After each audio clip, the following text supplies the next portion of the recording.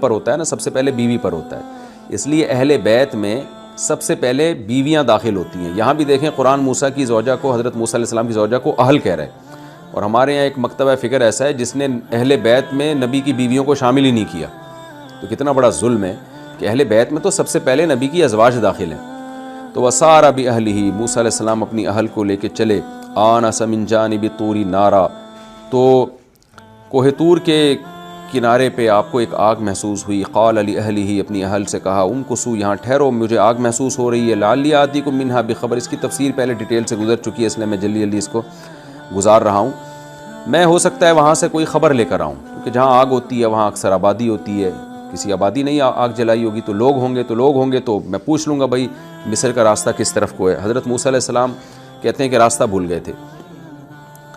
او جذوۃ من النار، ورنہ کم سے کم اتنا ہوگا کہ میں کسی لکڑی پہ آگ جلا کے لے آؤں گا، تو ہم یہ آگ جلائیں گے، اور اس سردی میں، سردیوں کا موسم تھا اور مصر کی سردی بھی بڑی مشہور ہے، تو ہم یہاں آگ جلا کے کیا ہوگا، لعلکم تصطلون، تاکہ تم کچھ اس سے گرمی جو ہے وہ تمہیں مل جائے۔ اب موسیٰ علیہ السلام جمع کے صیغے جو استعمال کر رہے ہیں کہ تاکہ تمہیں، تو اس میں اس کا بھی امکان ہے کہ ہو سکتا ہے آپ کی اہلیہ کے ساتھ اور بھی کوئی لوگ ہوں، سسر بھی ہوں، یا جو اور بھی کوئی خاندان کے لوگ ہوں، یہ بھی ہے۔ عین ممکن ہے موسیٰ علیہ السلام کی اس وقت تک اولاد ہو چکی ہو، نکاح پہلے ہو چکا ہو، اور یہ بھی ممکن ہے کہ اپنی اہلیہ سے جمع کے صیغوں سے خطاب کر رہے ہوں احترام کے لیے، جیسے کہ بعض دفعہ جمع کا صیغہ اردو میں بھی ہم استعمال کرتے ہیں کسی کو رسپیکٹ اور عزت دینے کے لیے۔ فلما اتاہا، جب موسیٰ علیہ السلام اس آگ کے پاس آئے، نودی من شاطئ الوادی الایمن، تو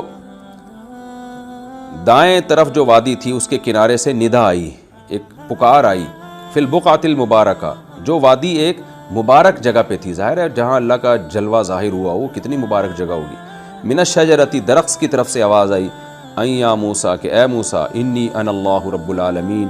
بے شک میں اللہ ہوں جو تمام جہانوں کا پالنے والا ہوں۔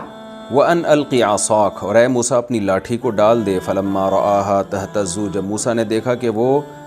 ہل رہی ہے، كَأَنَّهَا جَانٌ، گویا کہ وہ باریک سانپ، یعنی پھرتی میں باریک سانپ جیسی تھی، ویسے تو اژدہا تھا۔ وَلَّا مُدْبِرًا، حضرت موسیٰ علیہ السلام نے پیٹھ پھیری، وَلَمْ يُعَقِّبْ، اور